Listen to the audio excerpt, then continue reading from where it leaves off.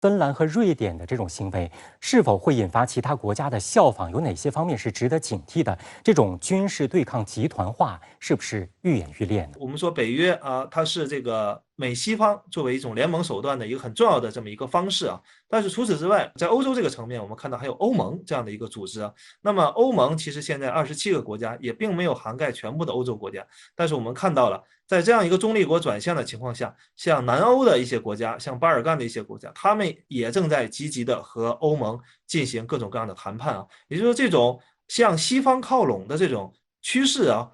在传统的西方世界里，现在更加的这个形成，然后变成了一种趋势。芬兰和瑞典的加入，则更进一步刺激了北约的扩大态势。北约最近举行了，或者说正在举行和将要举行很多的军事演习，比如说代号为刺猬的最大演习之一将在爱沙尼亚举行，它将涉及来自14个北约成员国的15000名士兵。还有比如说在立陶宛，另一场代号为铁狼的演习将涉及到3000名北约的盟军士兵。所以从这一点看到，北约现在的情绪非常的高涨。而另一方面，结盟和阵营的划分使这个世界充满了更多的变化和不确定性。北约的扩大是否会使这个地区性组织更加的雄心勃勃？不仅在欧洲，甚至在印太也会更加的积极活跃。我们需要继续观察。我们知道，这个北约接收新成员呢，必须得到30个成员国的一致同意才行。虽然说目前美国和北约秘书长已经点头了，说一旦提出申请呢，就这个缩短整个的流程。但是我们同时也看到，有一些北约国家，像土耳其，他就表示反对。但是有些消息说啊，这个土耳其已经给芬兰和瑞典加入北约已经提条件，这个列单子了。那刘先生，您怎么来看这个瑞典和芬兰加入北约还有哪些障碍呢？像匈牙利、像土耳其，他们提出的一些反对意见，其实从某种上来讲，并不是一种根本性的啊，就是它不是从安全的角度来考虑这样的问题的。像土耳其，它提出的最主要的就是，传统的像芬兰、瑞典，尤其是瑞典这样的北欧国家，在人权在一些其他问题上，它可能和土耳其在这方面有一些这个我们说分歧啊。所以这些分歧，其实在整体的这个安全保障这样的一种高政治的议题下看来，它其实是次要的。也就是说，从长期的看来，我还是比较倾向于芬兰和这个瑞典能够最终加入这个北约的。那么这样的一种情况，但是也是得考虑它的本身的这个程序上的问题啊，就是说全体一致，然后另外它要进行这个多轮的审核。这可能不是一个短期能解决的问题，可能会持续1年或者是更长的时间。其实早在1994年的时候啊，芬兰和瑞典就加入到了北约和平伙伴关系计划当中，并且呢，在近几年与北约展开了密集的军事演习。有分析人士就认为呢，其实这2个国家早就一只脚踏进了北约。那张先生，您怎么来看这样的一个说法？那北约又是如何通过各种合作组织来不断的扩大自己的影响范围呢？瑞典和芬兰加入北约，使得欧洲与俄罗斯的整体关系全面的恶化。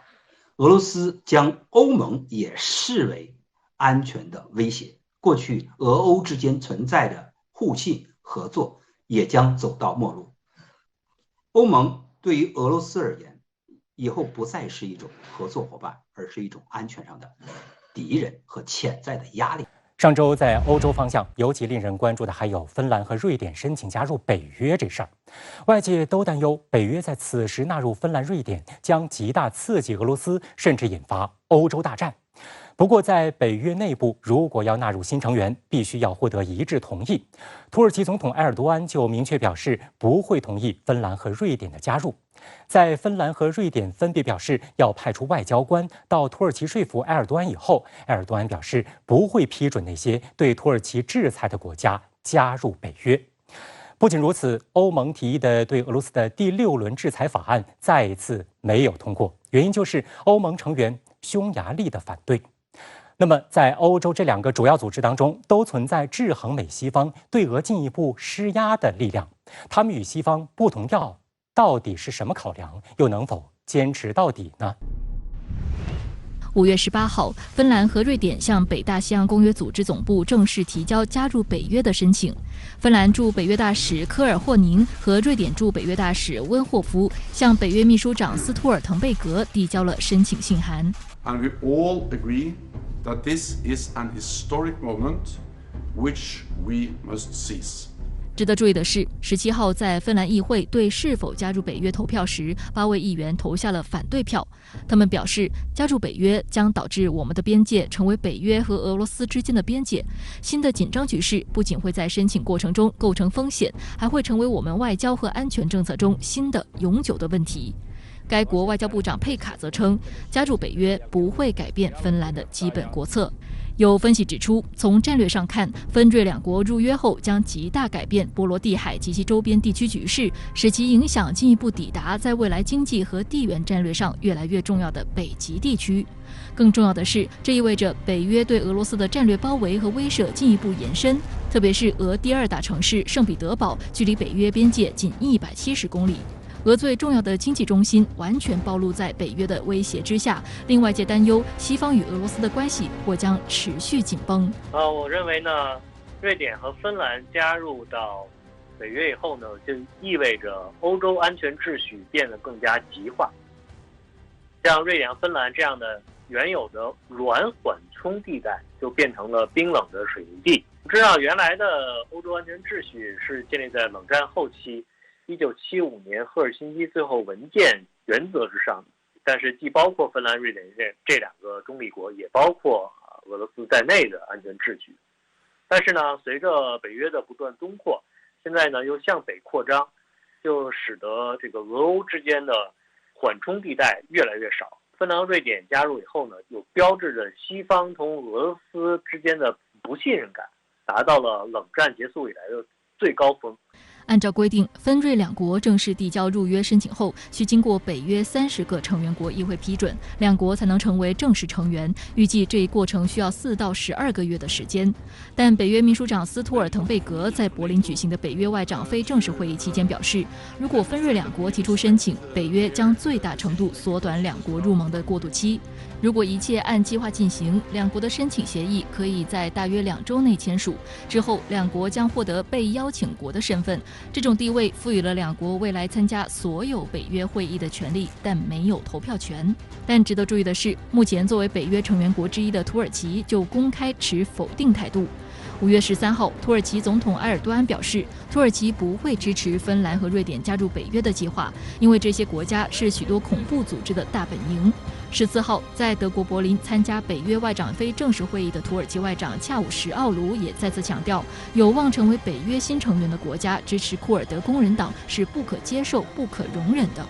他还说，绝大多数土耳其人都反对芬兰和瑞典加入北约。结合当前俄乌冲突持续延烧的背景，土耳其的不配合似乎也不难理解。长期以来，土俄与土乌之间的沟通都较为密切，土方考虑到本国利益，也不喜欢俄乌局势进一步恶化。而芬瑞两国此时再加入北约，无疑会给乌克兰危机火上浇油。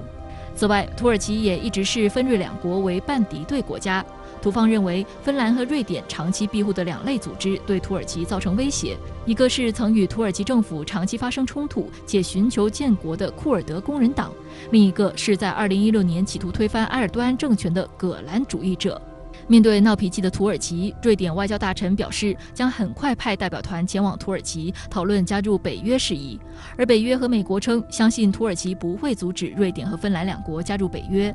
不过，针对瑞典外交大臣林德和芬兰外长哈维斯托为两国加入北约近期将访问土耳其一事，土耳其总统埃尔多安表示，土方不会同意对土实施制裁的国家加入北约。如果土耳其不同意的话呢，那芬兰和瑞典，即使美国和其他的北约国家愿意他加入，那他们也难以加入北约。但是呢，土耳其之所以这么做，它主要是在不想错过机会他是希望能够坐地起价，他是拿自己的这一票作为一个筹码，想要换取一些外交上的收益。但是我个人认为呢，不会影响瑞典和芬兰加入北约的这个所谓的大局。